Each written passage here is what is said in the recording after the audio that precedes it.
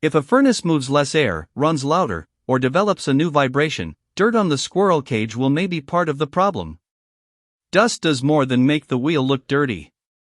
It narrows the passages between the many forward curved blades, changes the blade shape seen by the air, and can create uneven mass around the wheel. But cleaning is not the first answer to every airflow complaint. A blocked filter, dirty coil, closed register, failing motor, weak capacitor, wrong speed command or damaged wheel can create similar symptoms. This guide covers the furnace circulating blower, the large wheel that moves room air through the filter, heat exchanger, or coil and duct system. It is not a generic instruction for a combustion inducer or flue gas assembly. Those components have different sealing, combustion, and safety requirements. If the unit type or service boundary is unclear, stop and use the exact furnace manual and a qualified HVAC technician. Before opening the furnace, photograph the data plate, wiring diagram, blower compartment, and connector positions. Record the complaint, airflow, sound, vibration, motor current, filter condition, and which heating or cooling speeds are affected. A flashlight inspection can reveal a continuous dust layer, packed blade throats, a local heavy patch, a loose balance clip, a bent blade, or evidence that something has contacted the housing. Now establish the safe work state.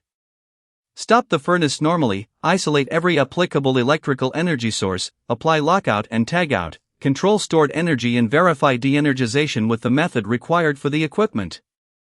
A door switch or thermostat command is not an energy isolating device.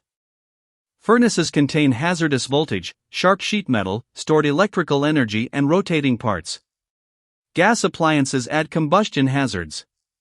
Use qualified service personnel wherever required by law, training, tools, or the manufacturer's instructions. Photograph and label any conductor or plug that must be disconnected. Support the blower assembly as it slides out. Do not drag wiring, tear insulation, or bend the housing. Before separating the motor and wheel, mark the wheel's orientation and axial position on the shaft. Mark the motor mount arms and housing holes. Record the cutoff plate position. These references prevent a clean wheel from returning in the wrong location. Start with the least aggressive approved method. An OEM furnace manual may specify a vacuum with a soft brush attachment, plus a small soft brush for the blade passages.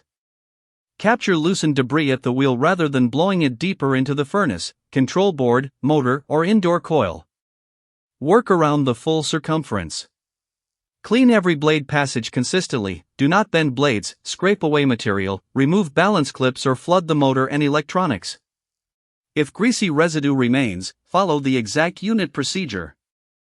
Some OEM manuals require the wheel to be removed from the housing before washing with an appropriate degreaser. Keep cleaner out of the motor, bearings, wiring, and controls. Confirm chemical compatibility with the wheel material and coating. Rinse or dry only as the product and equipment instructions allow, and reinstall nothing until the wheel is fully dry. Cleaning a wheel in place with uncontrolled spray can move contamination into components that were previously clean. Inspect while the wheel is accessible. Look for cracked hubs, loose set screws, bent blades, damaged balance weights, worn isolators, motor shaft play, housing rub marks, and heavy buildup on the housing or cutoff. Cleaning cannot repair a damaged or distorted wheel. A missing balance clip is not something to replace by guesswork. The wheel may require professional balancing or replacement. Reassemble from the recorded evidence. Return the wheel to the marked orientation and axial datum. Center it in the housing. Where the manufacturer requires it, place the set screw on the motor shaft flat and use the specified torque. Restore the motor mount to the marked holes, reinstall the cutoff plate, ground connection, harnesses, strain reliefs, and guards. The exact clearances and torque values belong to the exact furnace manual, not to a universal internet number. Before restoring power, rotate the wheel by hand through several revolutions while the furnace remains isolated.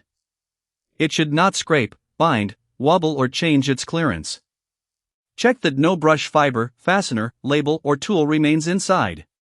Reinstall the blower assembly, doors, and safety devices. If adjustment is required after testing, de-energize and reapply lockout before reopening the compartment. At controlled startup, verify correct rotation and the commanded heating and cooling speeds. Listen for rub, ticking, or cyclic vibration. Compare running current with the motor nameplate and with the pre-cleaning evidence under comparable conditions. Confirm airflow or pressure, and verify the furnace temperature rise or other OEM commissioning limits where applicable. A quieter sound is useful, but measured installed performance is the release criterion. Finally, address the reason the wheel became dirty. Verify the correct filter size, type, airflow direction and fit, inspect bypass gaps, return leaks and maintenance frequency.